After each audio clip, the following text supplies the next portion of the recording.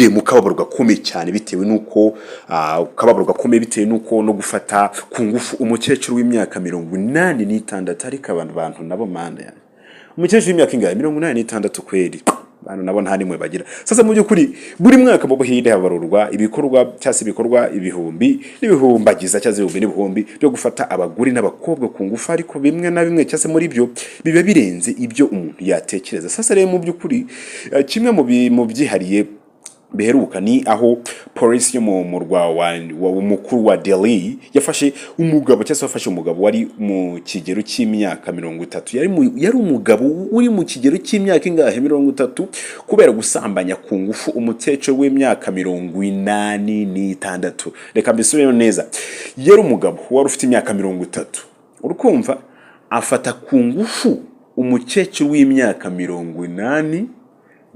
Sasa mu byukuri rero ngo Swati wo bitabo Swati ukuriye Delhi yitwa ni Swati ukuriye Delhi Commission for Women yabwiye ikinyamakuru ko kuwa mbere nimugoroba yari imbere yiwe ategereje umugabo cyase yategereje umugabo umuzanira amata, ubwo undi mugabo yarahamusanze. Sasa mu byukuri amubwira ko usanzwe amugemura amata atari buze, maze amusaba ko amujyana akamwereka aho yabona ayo mata. Mu byukuri rero uyu mukecuru yarandaye aramukurikira, birumvikana yarandaye aramukurikira amugeza hafi y'aho hantu bororera amatungo, birangije amusambanya ku ngufu, mu yandi magambo amufatirana ku ngufu uko umukecuru w'imyaka ingano kunguko ntambaga yarafite, birumvikana se amufata ku ngufu nkuko madamu abivuga. Witwa ni madamu Lawilwal, witwa ni Lawilwal abivuga ngo ni Lawilwal abivuga. Sasa mu byukuri yagize ati yaratakambye ngo amuveho, amubwira ko amukomeza amubwira ko angana na nyirakuru kuri kumva akomeza avuga ko angana na nyirakuru, ariko uwo mugabo akomeza kumugirira nabi nta muhwe mu gihe undi yageragezaga kumwikura. Ariko umugabo w'imyaka 30 arakomeza, ariko urukumva umugabo w'imyaka 30 uri ku mukecuru w'imyaka 86 kandi bantu mujye mu.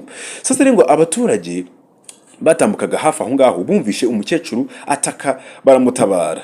Uwamukoreraga ibyamfura mbi rero bamushyikije polisi, basamuyora muri yombi bamushyira polisi. Ejo rero saza mu byukuri kwa kabiri madamu wo bitaho ni madamu Maliwal yasubiye uyu mukecuru wahohotewe iwe, avuga ko kumubona byari biteye agahinda, bitewe n'iki umukecuru yari mu gahinda gakomeye cyane bitewe nuko no kwangizwa no guhohoterwa. Yaragize ati ushenguka umutima iyo akubwiye ibyo yakorewe, afite ibikomere mu maso n'ahandi ku mubiri, ndetse yambwiye ko byamuteye kuva amaraso mu gitsina, afite ihungabana rikomeye cyane riri bitewe n'iki n'ibyamubaye. Sasa mu byukuri madamu Maliwal yasabye ko uwamuhohoteye cyangwa uwamukoreye ibingibi ahanishwa urwo gupfa, avuga ko atari umuntu ahubwo y'ikinyamaswa cyangwa y'ikindi kintu kitari umuntu.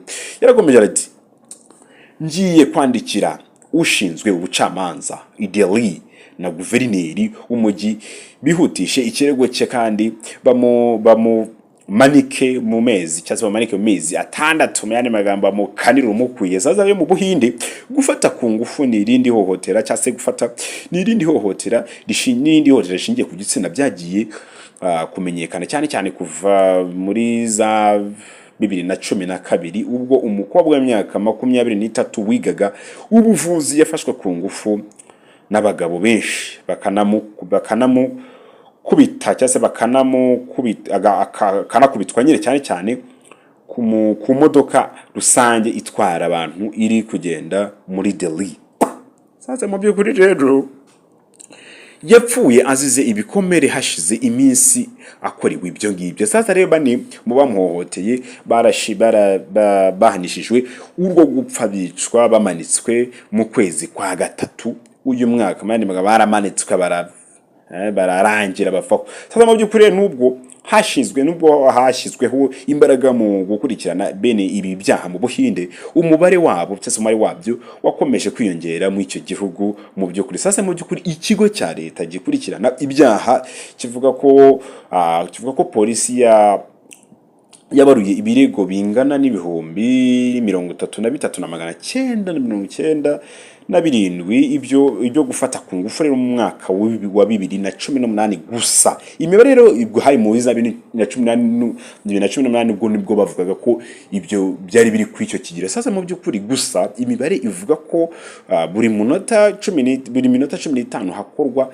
icyo cyaha cyo gufata magambo buri minota 15 ngibyo bintu birahabera. Sasa mu by'ukuri impirimbanyi z'abamagana ibi byaha zivuga ko imibare nyakuri yabyo irenze cyane iyi izwi, kuko hari ibyaha byinshi nk'ibi ngibi bikorwa ntibiregerwe cyangwa se abantu ntibabimenye, bigakorwa bikarangira aho ngaho, abahohoterwa bakaguma aho ngaho bapfapfana. ubwo hari n'abandi bakecuru b'indi myaka, ubwo wasanga n'abandi bakecuru b'imyaka 100 nabo bahohoterwa, n'izo soresore z'imyaka usanga ari soresore zifite nk'imyaka 25 gutyo. Sasa mu by'ukuri rero kandi byose ntabwo bigera kwitangazamakuru. Yandi magambo ibikoranywe ubugome bukabije byihariye cyane nibyo bivugwa mu binyamakuru, ariko bwumva tunasesengwe tuvuge ko hari n'ibindi bikorwa ntibimenyekane. yemwe ariko murabe mwumva